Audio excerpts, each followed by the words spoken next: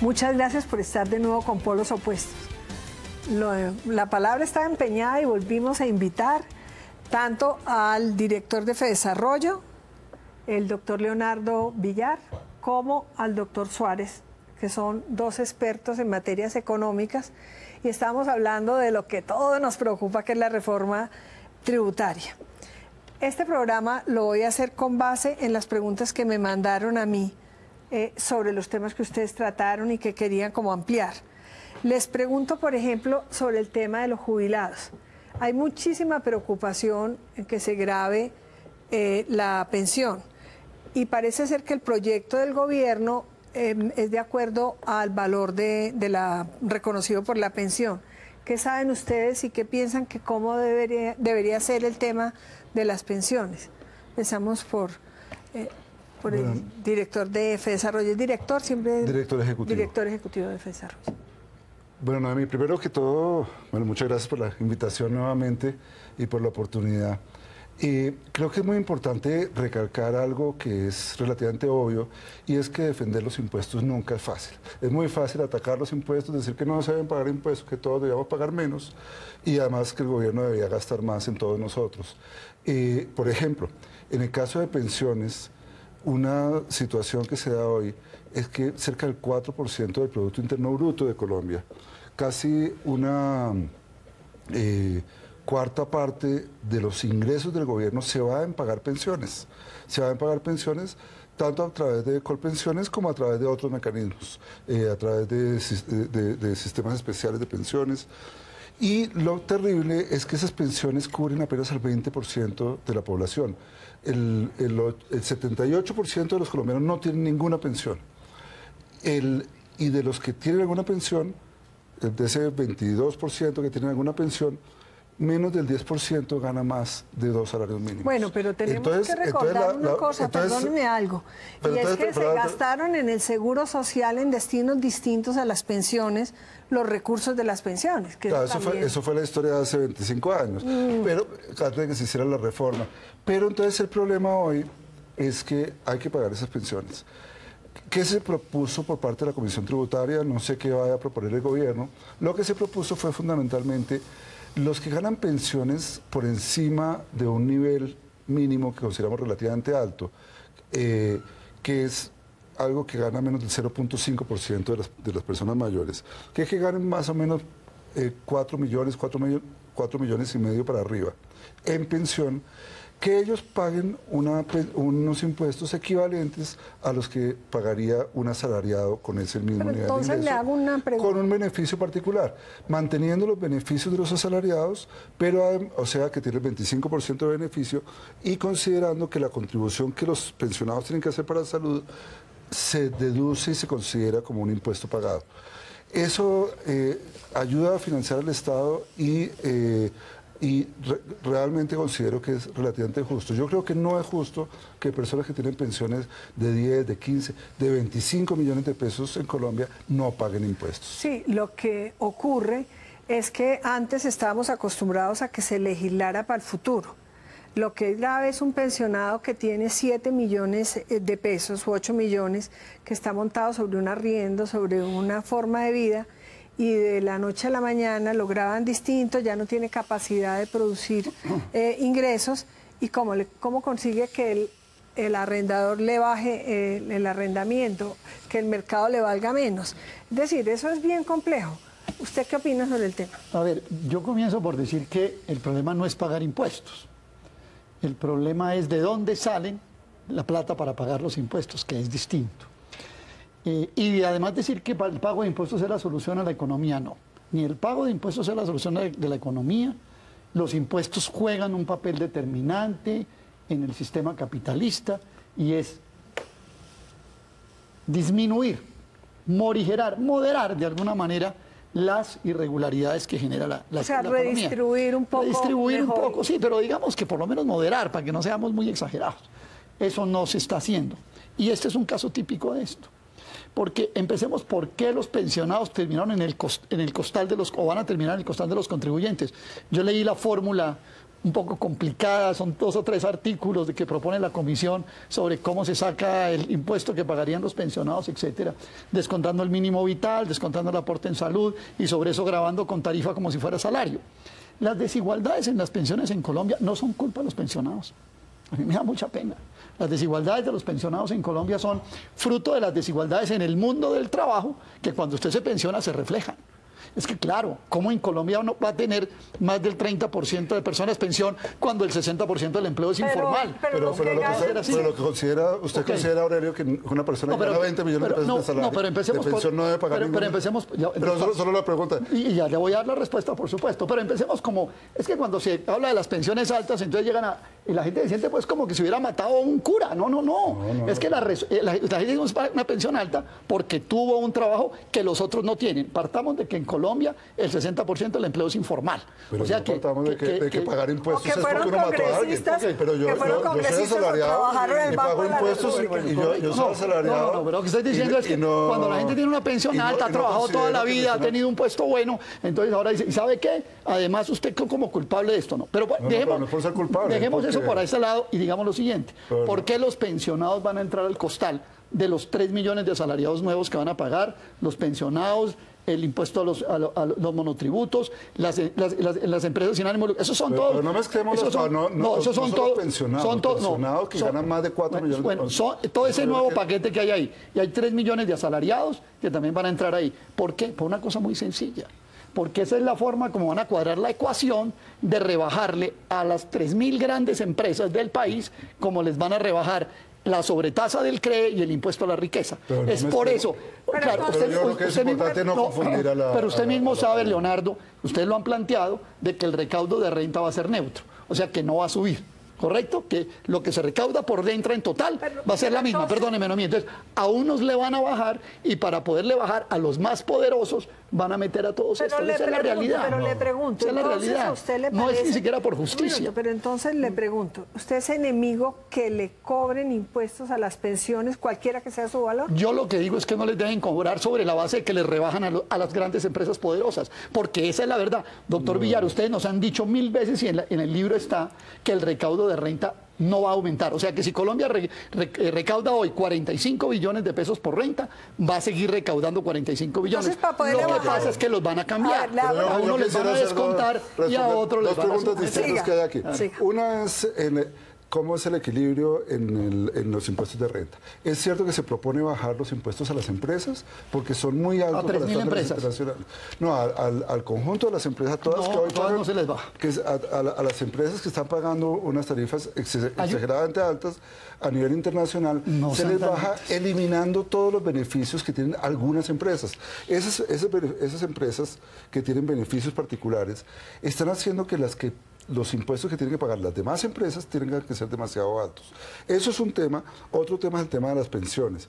En el caso de las pensiones, no es a los pensionados a quienes se les propone cobrar impuestos, es a los pensionados de altos ingresos, a los pensionados que ganan más de 4 millones o 4 millones y medio en unas tarifas que van creciendo. No es que el que tiene 4 millones y medio va a pagar un monto grande. Como si fuera la tarifa del salario. Esa persona va a pagar posiblemente un 3, un 4% de impuestos. La persona que gana 25 millones de pesos de pensión, típicamente una persona que ha estado en el Congreso, que estaba en el Banco de la República. En el Banco de la República antiguo, que cosa que ya no existe. Afortunadamente se eliminó totalmente el Banco de la República desde hace cerca de 25 años. Pero no quedaron iguales a los otros. Hoy somos todas las personas que trabajan en el Banco de la República, entran a Colpensiones o a un fondo privado de pensiones, igualito que todos los demás. Pero se respetó el pasado, los derechos adquiridos se respetan. Claro, siempre se ha respetado y a todos se les cobrarían impuestos. Una persona que tiene 250 millones de ingresos al año por pensiones. Vamos a hacer ese ejercicio.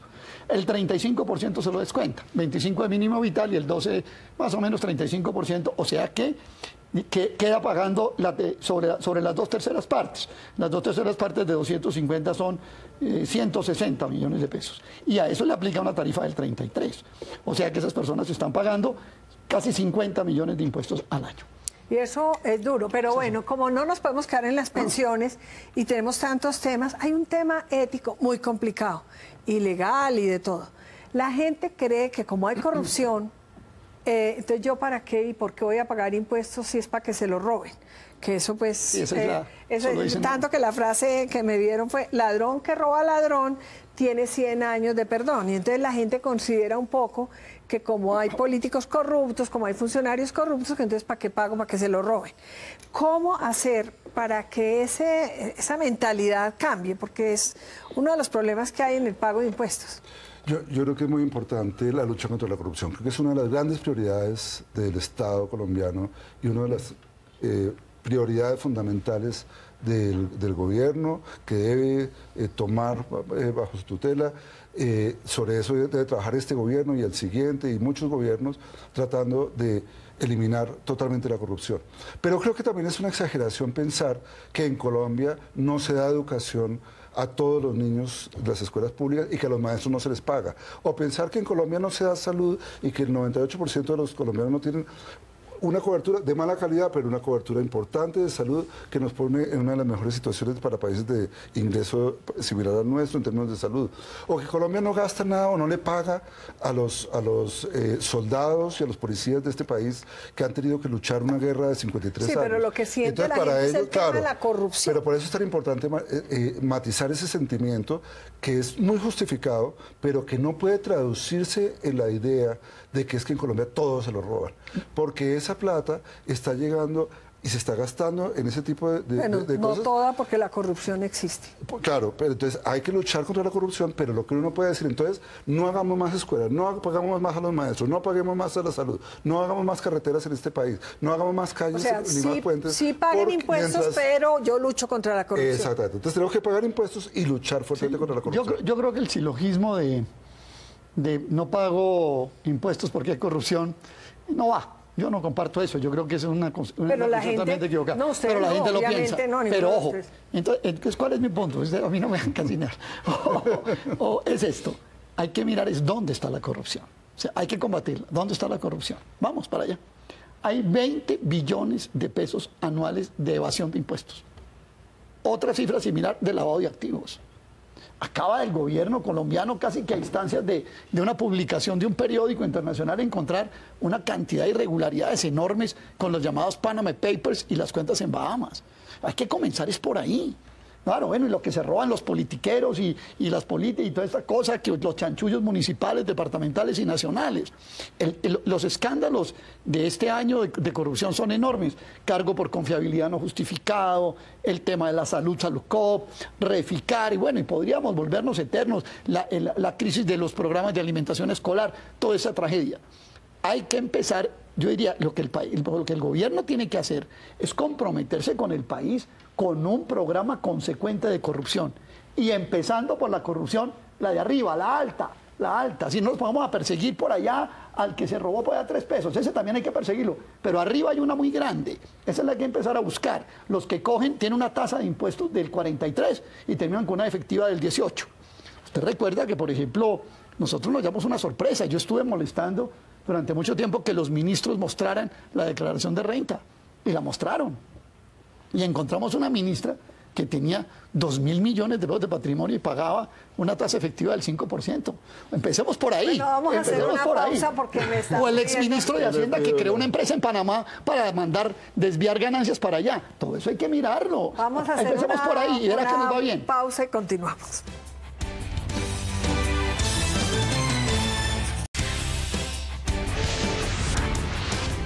Como tenemos tantas preguntas, las sociedades, las SAS unipersonales, ¿qué va a pasar en la reforma tributaria con las SAS unipersonales? En el informe de ustedes, ¿qué propuesta hicieron?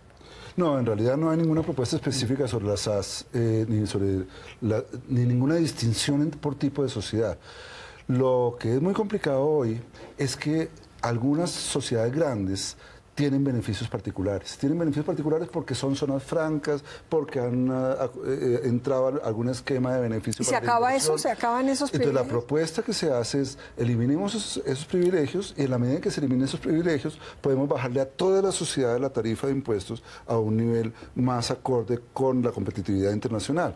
En ese sentido, una empresa pequeña podría salir beneficiada de este proceso. Pero le pregunto, si se le dio la posibilidad de descontar impuestos, por ejemplo, un tema hotelero, por 20 años, se le quitaría ese derecho, o 30, sí, pero ya estamos como en 20, que le faltan. 20, sí. ¿Perdería ese derecho?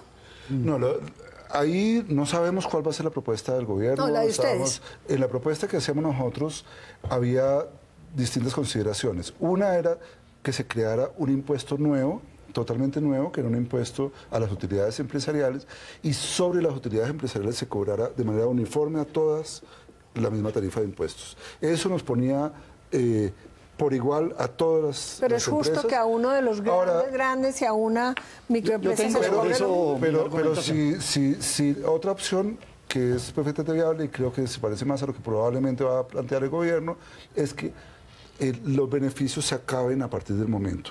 Esos beneficios hacen que sí, algunos tienen un beneficio grande, pueden beneficiarse de ello, pero para reemplazar el impuesto que ellos no están pagando hay que subirle a los demás. Y eso es muy complicado y por lo tanto me parece que sería importante avanzar en la eliminación de los beneficios. Le cuento que yo estoy especializado en el impuesto único empresarial.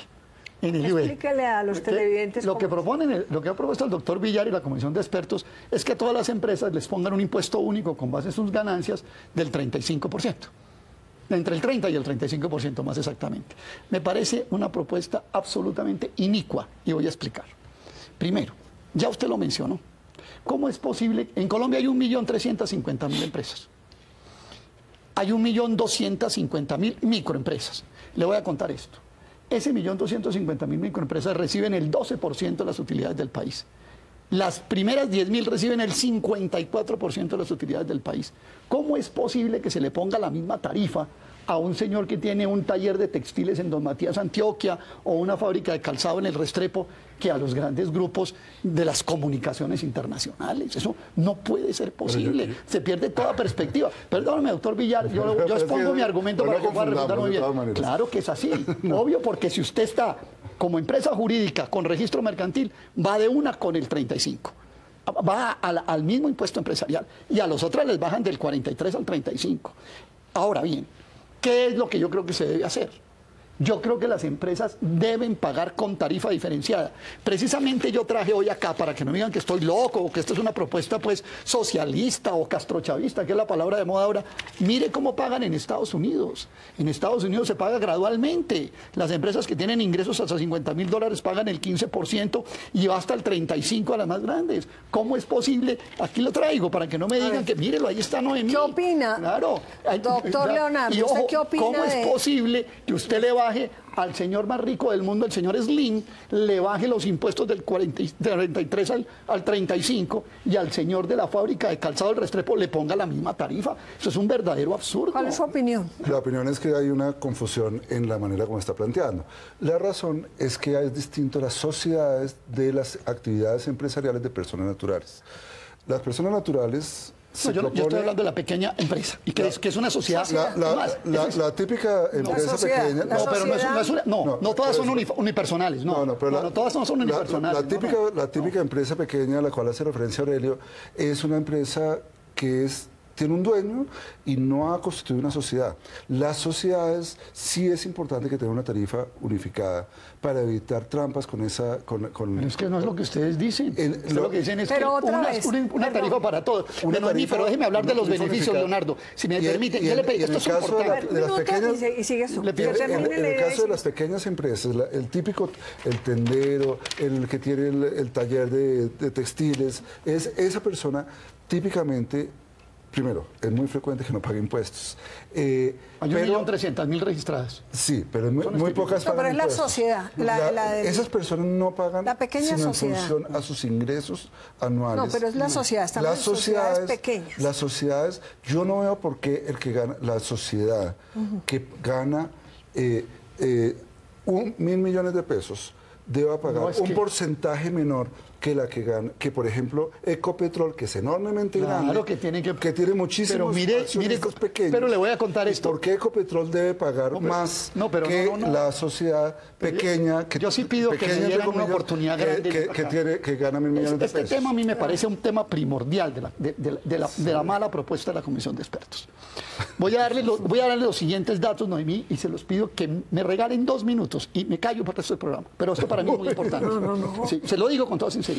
Aquí están hablando de que van a eliminar los beneficios tributarios. Yo le voy a hacer la cuenta de los beneficios tributarios. Los ingresos no constitutivos de renta, las rentas exentas y los descuentos del año 2004 al 2014 costaron 58 billones de costo fiscal al país. La eliminación del impuesto de remesas, que es lo que giran las empresas al extranjero como remesas, sus utilidades le costaron al país, porque ese impuesto se eliminó en el año 2006 y quedó libre del 2007 en adelante. Yo hice la cuenta, ¿cuánto lo hubiéramos ganado? 18 billones de pesos. Y ahí no se le olvide que el ministro que tumbó ese decreto de remesas, el doctor Carrasquilla, después fue y creó una empresa en Panamá, la volvió socia de sus empresas y gira para el exterior sin pagar el impuesto de remesas. Súmele los 68 contratos de seguridad jurídica. Hay 68 contratos de seguridad jurídica de empresas que le voy a dar este dato de DIAN, lo puedo presentar aquí cuando quiera. Esas empresas tuvieron ingresos por 100 billones de pesos en el año 2014. ¿Sabe cuánto pagaron de impuestos? No estoy hablando de renta, de ingresos. Pagaron 2 billones de pesos de impuestos. Esas 68. O sea, ¿usted cree que no se necesitaría reforma tributaria con todo esto? Claro, por supuesto. Pero el doctor Villar comete una equivocación y dice, todos esos beneficios quedan eliminados. No quedan eliminados. Le voy a explicar por qué. Esas empresas pagarían el 43% de tasa efectiva renta más CRE, más sobretasa de CRE, más impuesto a la riqueza. Cuando usted se lo baja a los 35, si les dejaran la misma tarifa, claro, hay beneficios sí se lo eliminarían, pero al bajarles la tarifa, le dejan el beneficio es permanente. Y si le quitan los parafiscales, algunas de ellas que todavía siguen pagando, porque tienen trabajadores de mensuales de 7 millones de pesos mensuales, de ingresos mensuales que pagan parafiscales, les hacen un descuento enorme y entonces se tienen que clavar la pequeña empresa, se tienen que clavar el pensionado, se tienen que clavar al tendero y se tienen que clavar a 3 millones de asalariados. Esa es la realidad con el impuesto de renta. Tenemos que hacer otra pausa y van a quedar los dos con... Va a tener usted todo el derecho a usar la palabra.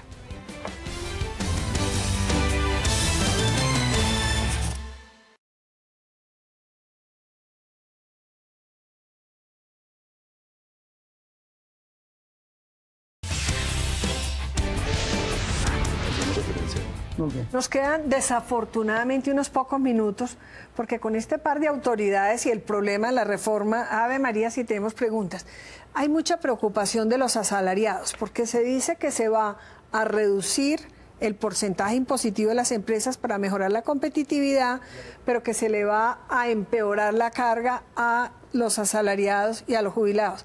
¿Cómo le va a ir a los asalariados? Yo antes de contestar la pregunta, quisiera hacer una pequeña referencia al tema de los ingresos no constitutivos de renta. Una de las propuestas fundamentales de la Comisión Tributaria fue eliminar ingresos no constitutivos de renta como los dividendos. Hoy en día los dividendos no son constitutivos de renta.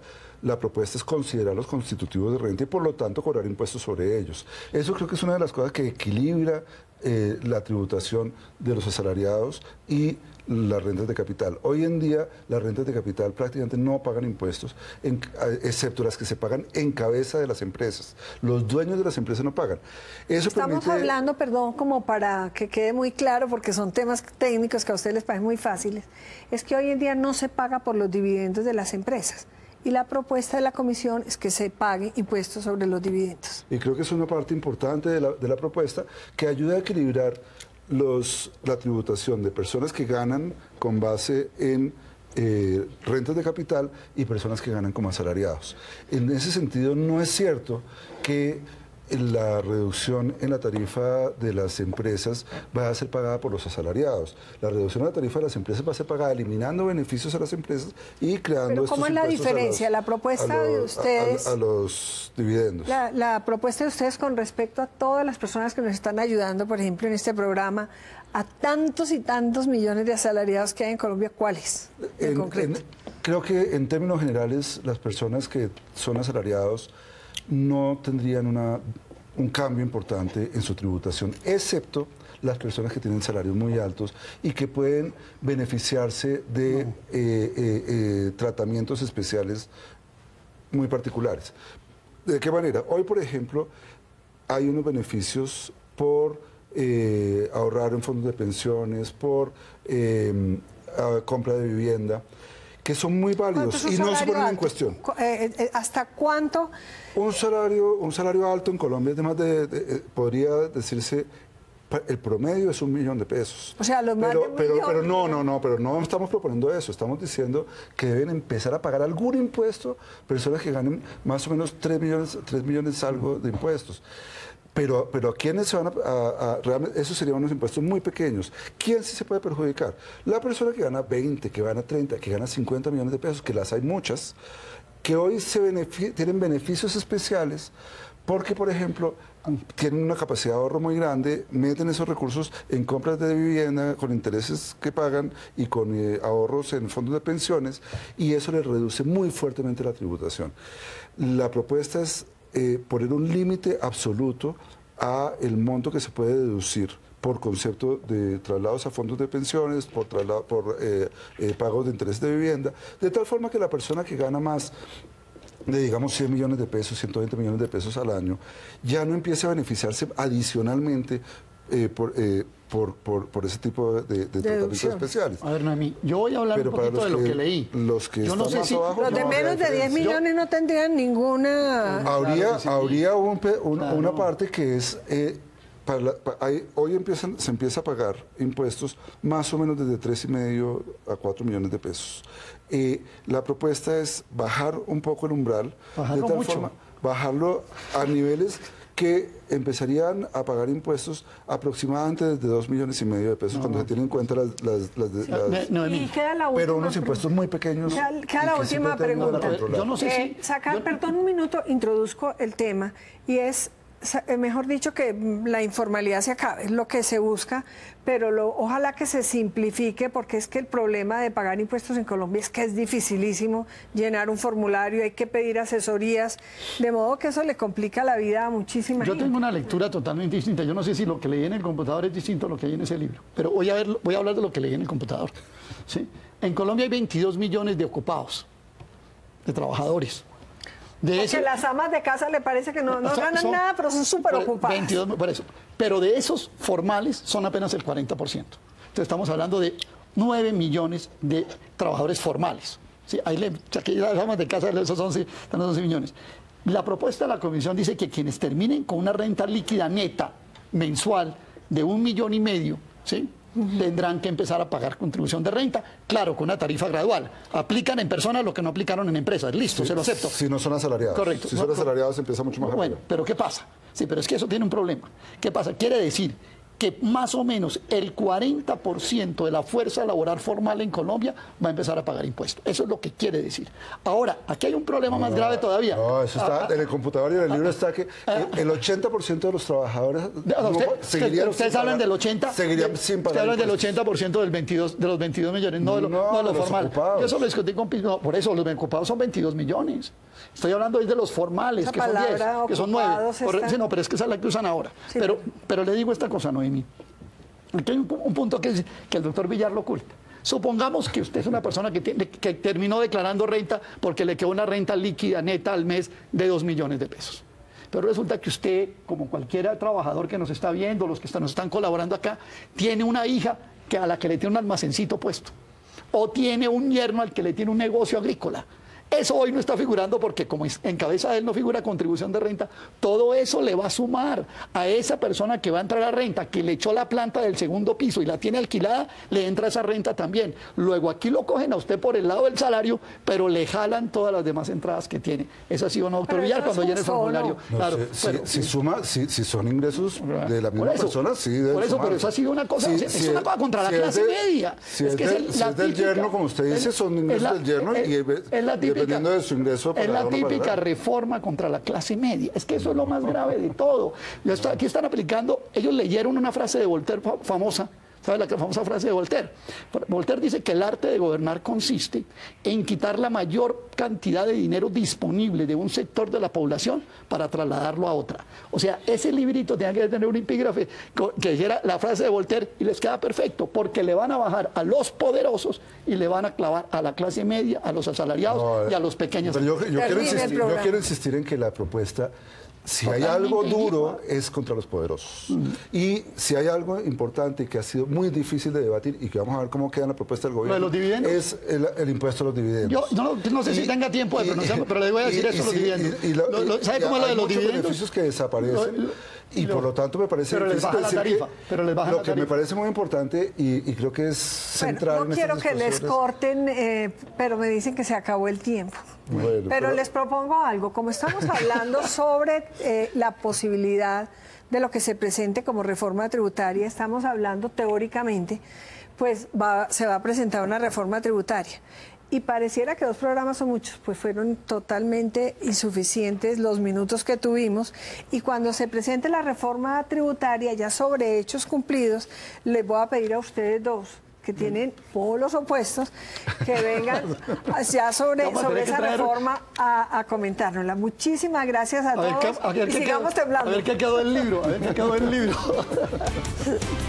Gracias.